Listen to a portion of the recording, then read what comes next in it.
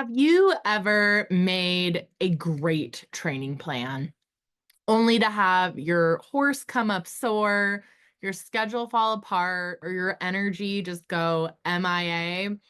Yeah, me too. So let me tell you what's been going on lately with my own horses and what I had to remind myself about grace, growth, and bouncing back. Welcome to the Resilient Reiner, the premier podcast focused on mental performance for equestrians and improved horse show performance. Whether you're a rookie reiner or a seasoned competitor, this show is for riders who want to take their skills to the next level and achieve their full potential in the show ring. I'm Nicole Burnett, and I'm a master mindset coach who's obsessed with helping you achieve all those horse dreams you always thought were impossible. Join me each week to develop a show-ready mindset and gain the competitive edge you need to compete with confidence.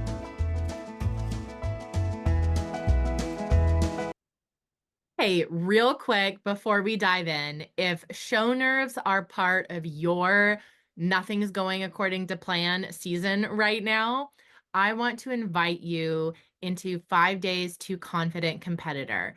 It's my $33 audio coaching experience that is helping Western riders calm their nerves, sharpen their focus, and actually enjoy competing again.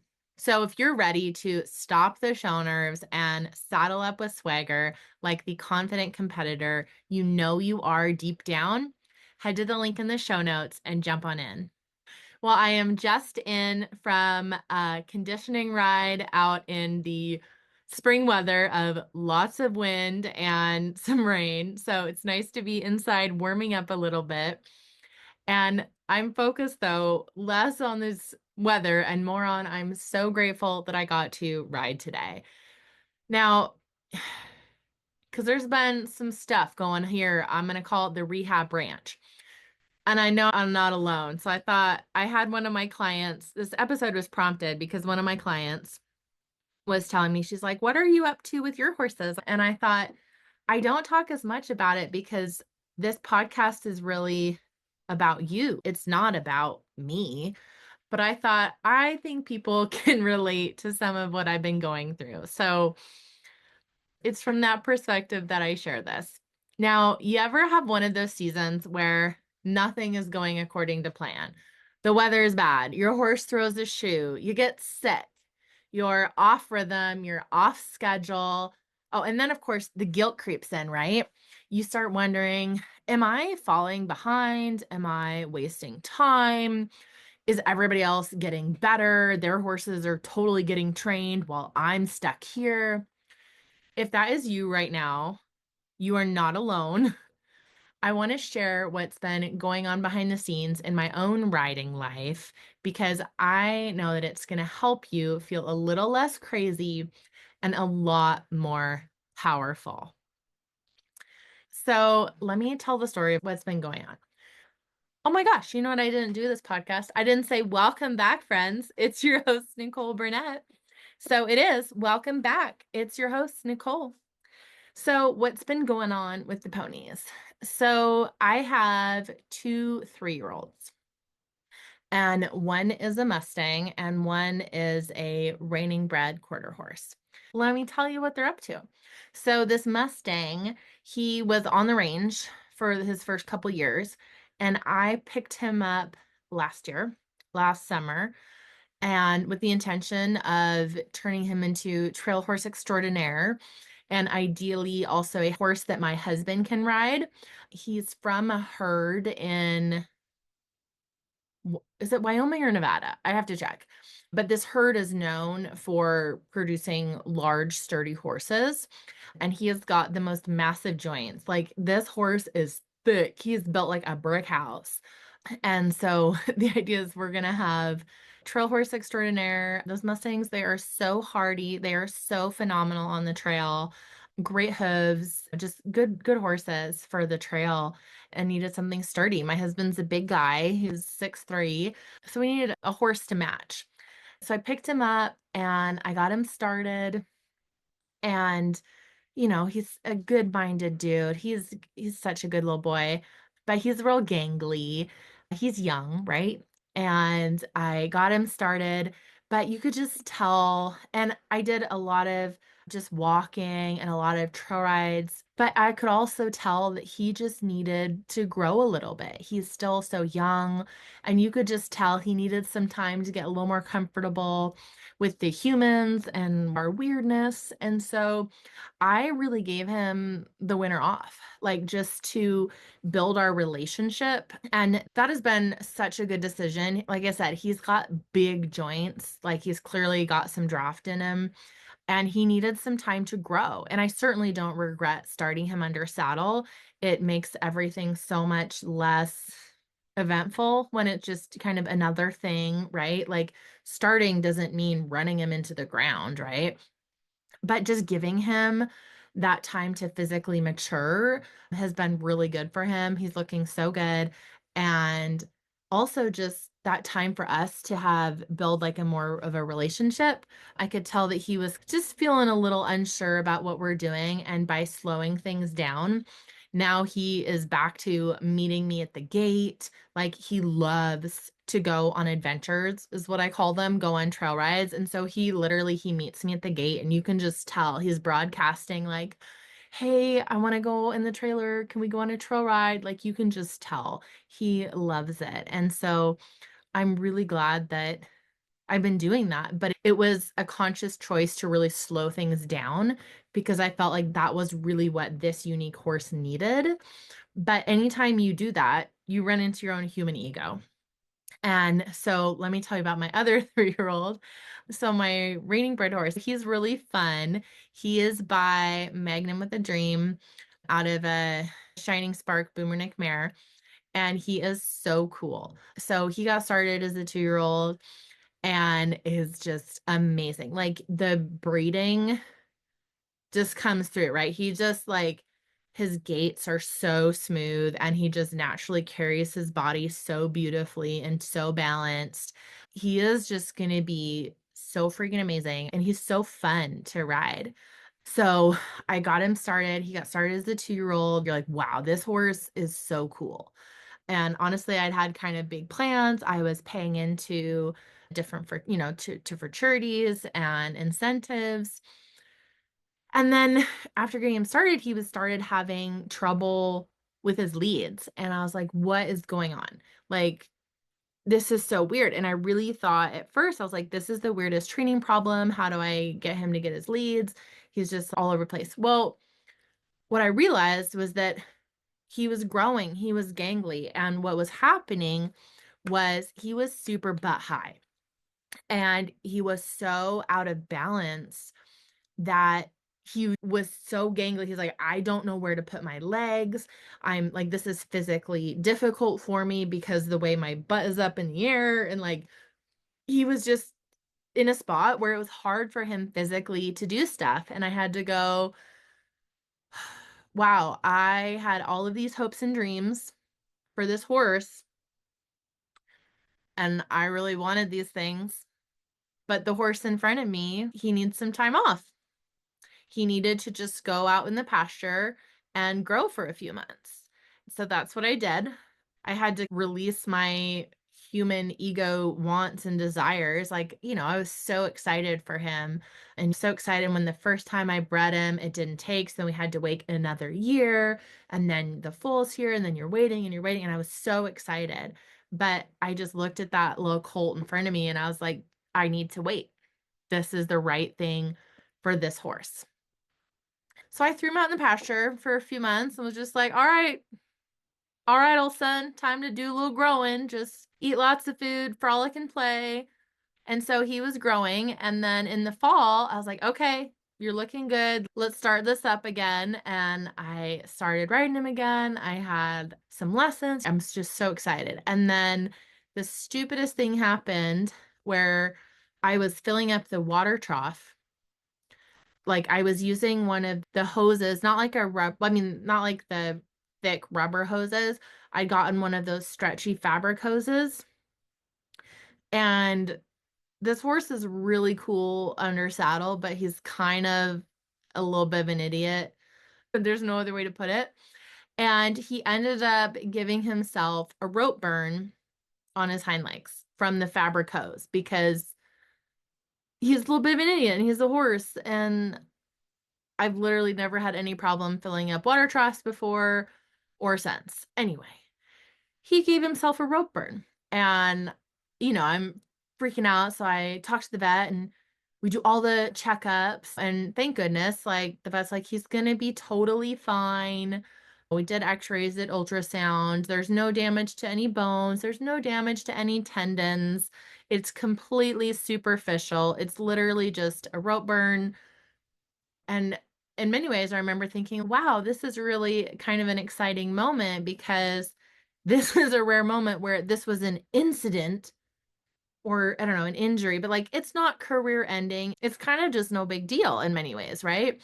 Well, it is no big deal, except for the fact that what you have to do for the rope burn to heal is you have to wait. It takes time and you can't really make it go faster. And so the skin has to knit across because the rope burn, like you scrape off that outer layer of skin. And so then the skin has to knit back across to heal, right? So the vet says you need to keep it wrapped. Okay. So I wrapped it for like 3 weeks and then it started to get more wintry and I didn't want the wraps to get wet. I didn't want any infection and it looked like it was healing. So I thought, okay, the vet and I are kind of talking like, what if I take the wraps off and just let him go?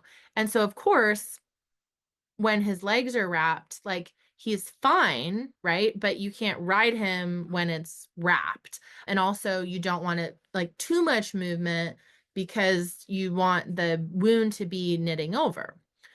So we have the wraps off, and I'm thinking, like, okay, I'm trying to be patient. I don't know, it's Christmas. We're just waiting, just have a little time off.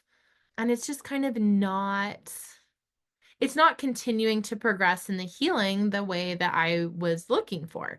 So then in the new year, then we have a follow-up appointment and go back to the vet. And it's like, okay, let's double check again. Like, it's this superficial thing. There's nothing underneath, no damage to tendons, ligaments, bones, all good. And the vet's like, okay, well, what we need to do now is you need to just keep it wrapped. And he's like, this could be months. He's like, expect it to be months, but that what we need to do is just keep it wrapped. So I get the Costco size order from Valley Vet of bandaging materials, and I'm just like an expert. I'm so good at wrapping now because I'm wrapping like all the time. He actually recommended this super awesome Manuka honey ointment that has been amazing. If you have any sort of stuff like that that you need an ointment for. It's so good. So we've just been wrapping and wrapping and wrapping. And it's just takes a lot of time. And so even in the middle of winter, even when it's raining, even when it's whatever, we're wrapping and wrapping and wrapping some more. And it takes a lot of time. And, if you're cleaning anything and then you can't wrap it if it's wet. So if I ever had to wash it, the leg, then I would have to wait for it to dry. And so it's still taking a lot of time even though I'm not riding this horse. There's just a lot of time for the care. And if you've ever had the visit to Rehab Ranch, you know exactly what I'm talking about, where you're like, this is still takes just a lot of time, a lot of dedication. And then recently it had finally knitted over. I thought, this is great. We can take the wraps off. We can get started riding. I started riding again for a couple weeks, but I realized that the skin had knit over, but it hadn't knit deep enough. And again, you can't always tell from the outside just how it is, but it hadn't knit over enough layers. So we're back to wrapping some more. And so all of that to say, here we are.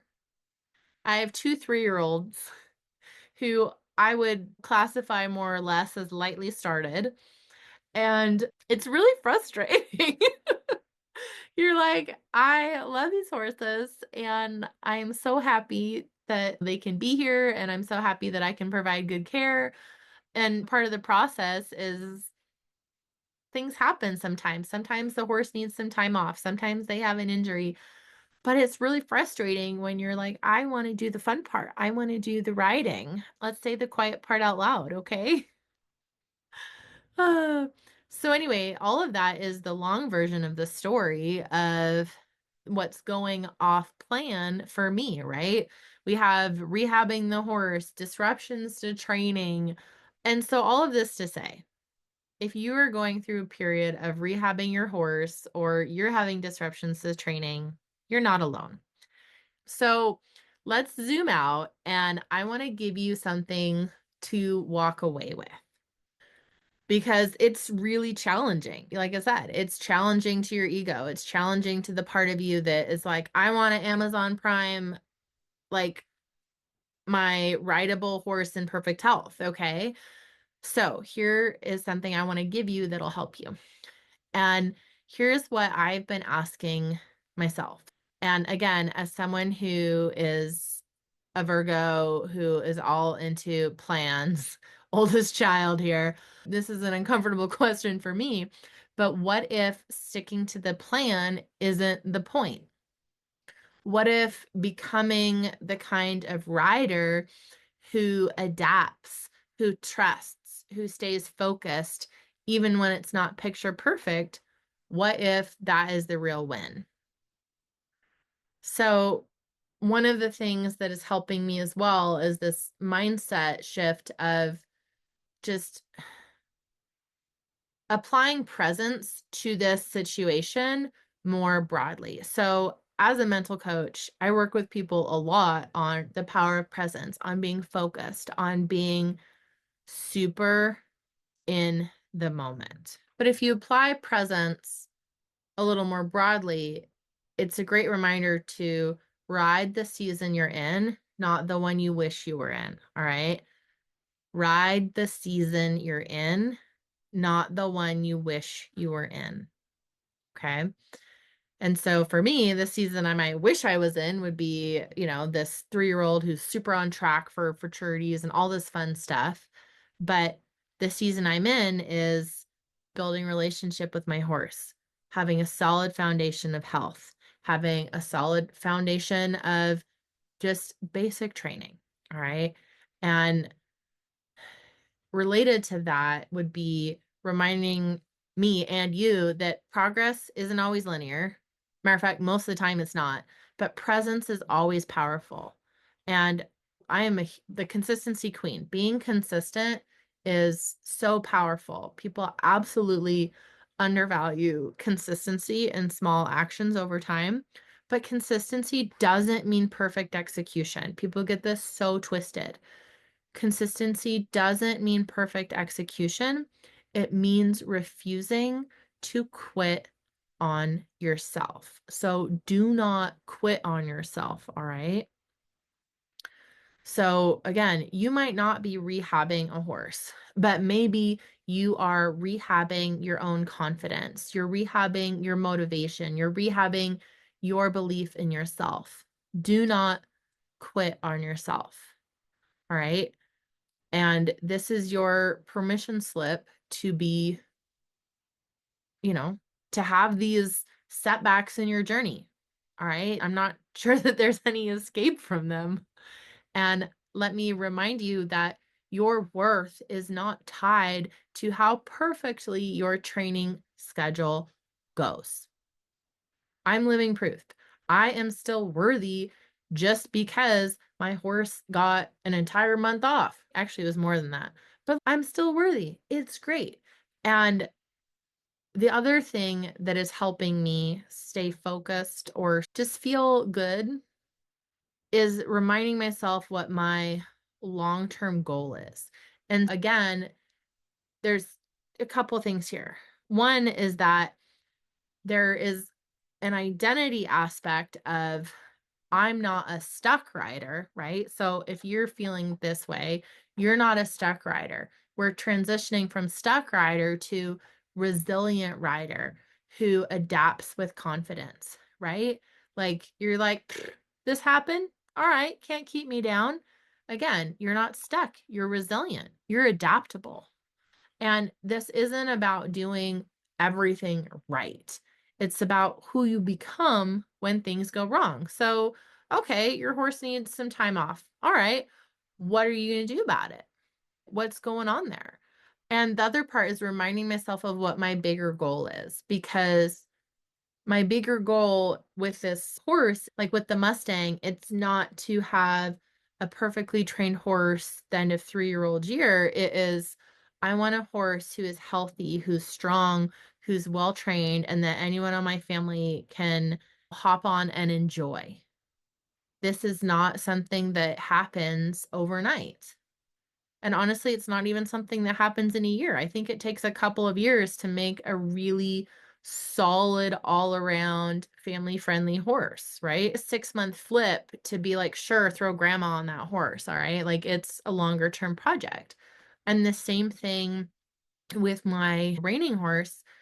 My goal with him from the beginning, what I've always said is my goal is not just to go win the futurity at 3 years old. It's I want a solid, awesome horse. I want a horse at age 10 that is healthy, is strong, is fun to ride, more about the derby than about the futurity, and that I'm all in on going slower to have a stronger foundation and a horse that lasts. So, from that perspective, I need to tell myself to take a freaking chill pill, okay? And I do. I say, "Do you say chill pill?" That is totally something that I don't know, I just grew up, people said chill pill. So, take a chill pill, right? Like, it's somebody else's race to have their reigning horse peak at the 3-year-old year. That was not the race that I ever wanted to win. I want the horse who is lasting. I want the horse who's peaking a little later. That I am so honored that I can have the flexibility to be a good steward for my horse, which means that, yeah, if they need some time off to grow because they're butt high and this is just not like they need to physically grow, that I can do that. The top level 4 riders who are going to the futurity and winning, it's not just that they had one horse and all the pressures on it. They have usually a string of horses, lots of horses. Most horses don't make it through. It doesn't mean there's anything wrong with me or my horse if when he's 2, he has a fugly growth spurt and needs a little time off. That's fine. It doesn't mean he can't be a kick-ass derby horse or, show past the 3-year-old year. And so just reminding myself that what is success to me? What is the race that I'm running? And so I really encourage you to ask yourself that question too. If you have a horse who's needing a rehab or anything like that, what is success to you? Because it's so easy to get sucked into what other people are doing and the race that they're running and forget what is the race that you're running. So again, ride the season you're in. And one of the things that'll really help you is to remember what race are you actually running. And again, your worth is never tied to how perfectly your training schedule goes. All right. So if your plan is off track right now, maybe it's not failure. Just consider that maybe it's not failure. Maybe it's an invitation to come back to yourself. If you need help finding your footing again, get yourself inside 5 days to confident competitor, 5 days to stop the show nerves and saddle up with swagger. It's a steal at $33. Check the link in the show notes. You don't have to muscle through it. You just got to get your mind back in the saddle.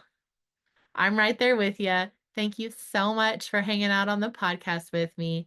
It is my pleasure and my honor to be here with you, riding along, and know that off track, off course, we know how to get focused and get back in the saddle when life gets messy. Talk later, friends.